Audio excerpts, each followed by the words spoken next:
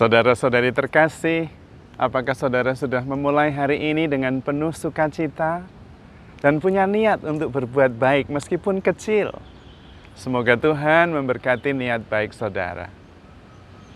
Saya setiap hari, setiap pagi berkeliling di sekitar areal parkir ini. Ini terbuat dari konblok.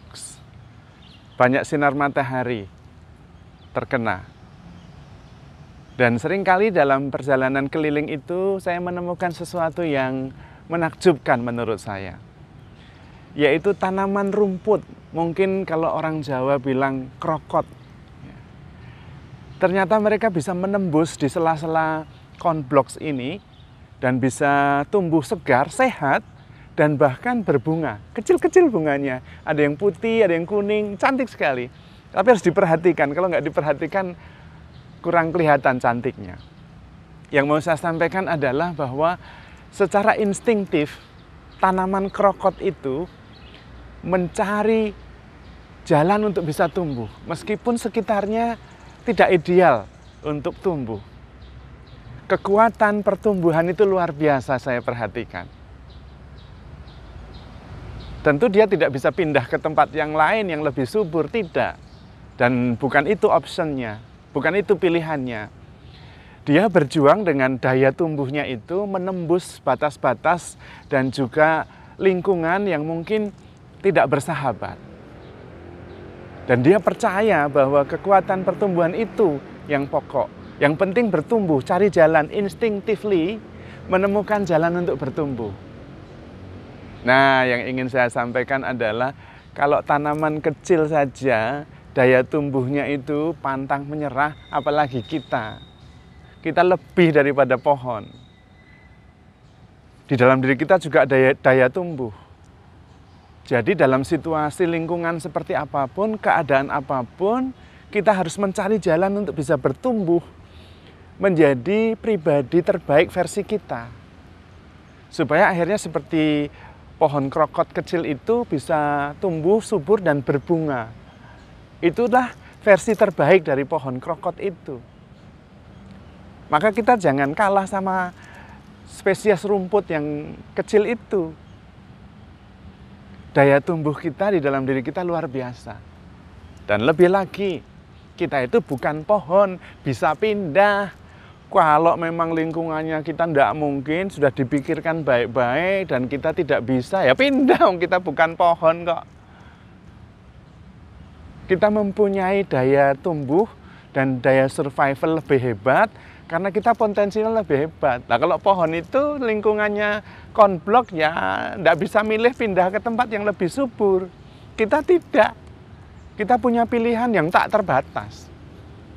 Karena itu kalau kita stuck, macet, tidak berkembang, tidak bisa tumbuh sesudah berusaha, pindah. Kita bukan pohon. Yang kedua, selain kita bisa pindah, kita itu punya pikiran. Nah, pikiran kita itu jauh lebih kuat daripada insting. Kita cari jalan, lalu kemudian mencoba mewujudkannya. Limitless, tak terbatas pikiran kita itu. Persoalannya seringkali adalah kita lebih banyak memperhatikan yang fisikal. Fisikal itu, yang fisik itu terbatas. Fisik kita itu terbatas. Kita ada di sini tidak bisa sekaligus ada di pasar atau ada di mall, tidak bisa, hanya di satu tempat. Tapi pikiran kita tidak. Badan kita di sini bisa ke tempat lain. Itu hanya untuk menggambarkan bahwa pikiran kita itu tak terbatas. Kalau Anda lihat apa yang Anda pakai, apa yang ada di sekitar Anda, itu produk dari pikiran. Apa saja, jam tangan, handphone, video, recorder, apa saja. Semua adalah produk dari pemikiran kita. Tak terbatas.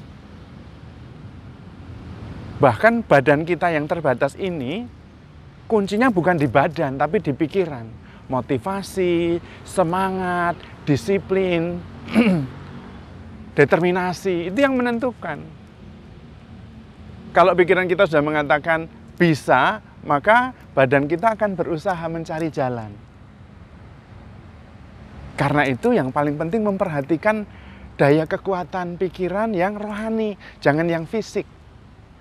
Tuhan Yesus sendiri mengingatkan kepada Petrus, bahkan menegur, bukan hanya mengingatkan.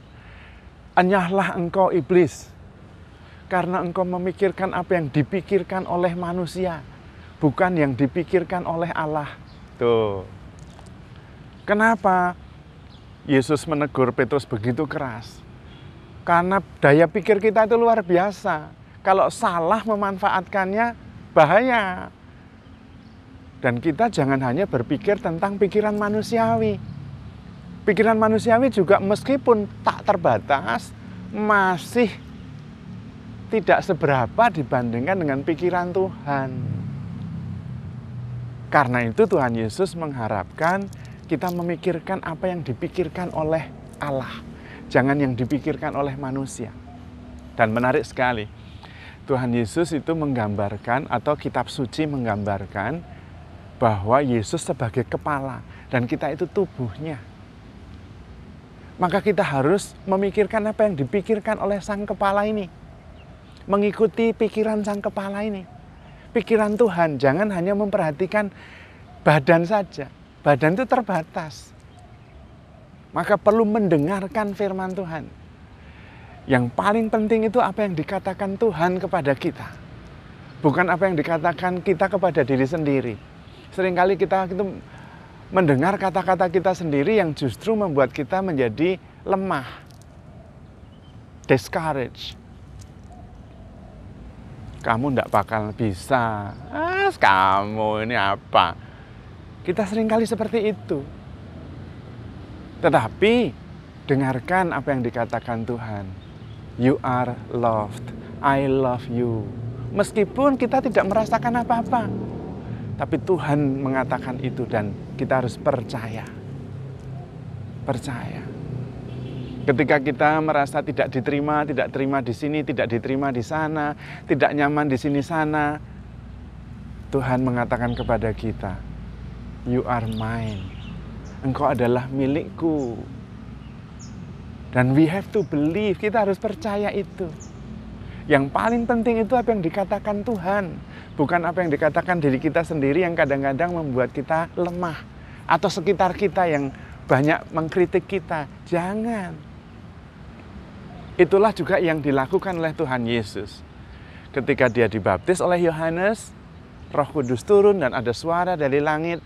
Engkaulah putra kesayanganku. Kepadamulah aku berkenan. Dan Yesus believe.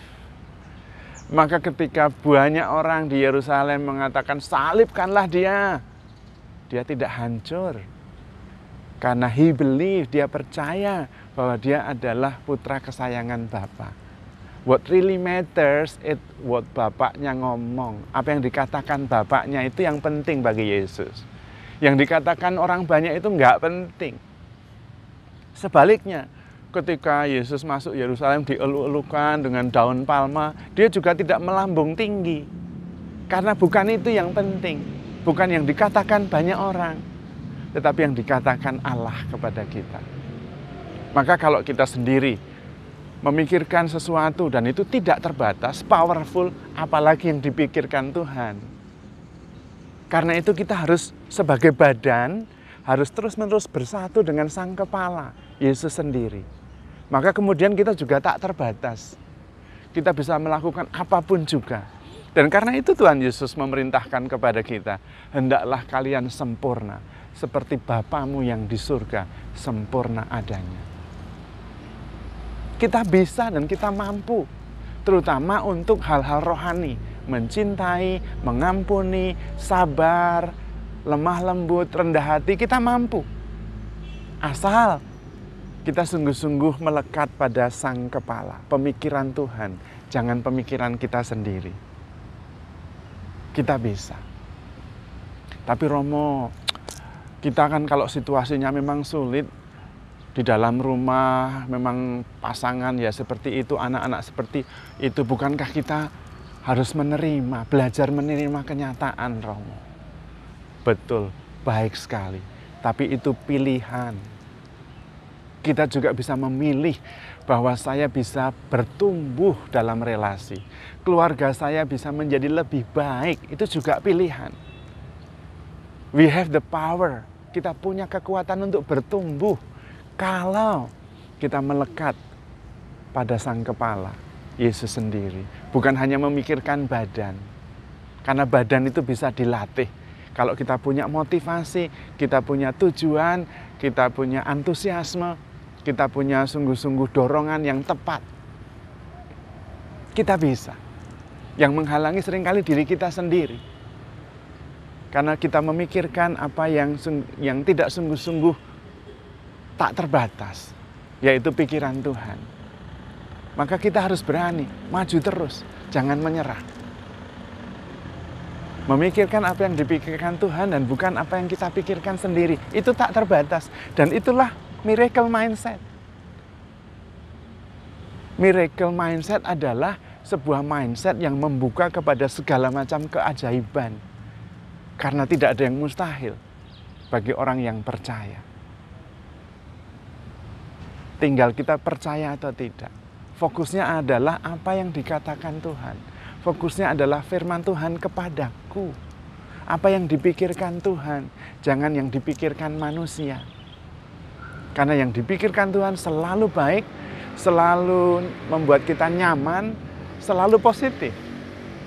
Dan kita bisa merasakan itu. Kita bisa menerima kekuatan itu. Maka mari kita percaya akan daya tumbuh yang berasal dari Roh. Karena kita terus-menerus bersatu dengan Sang Kepala yang mempunyai pikiran yang tak terbatas. Dia adalah jalan yang selalu menjadi solusi bagi setiap persoalan kita. Karena itu saudara-saudari terkasih, handle yourself with care because you are loved. Tuhan memberkati.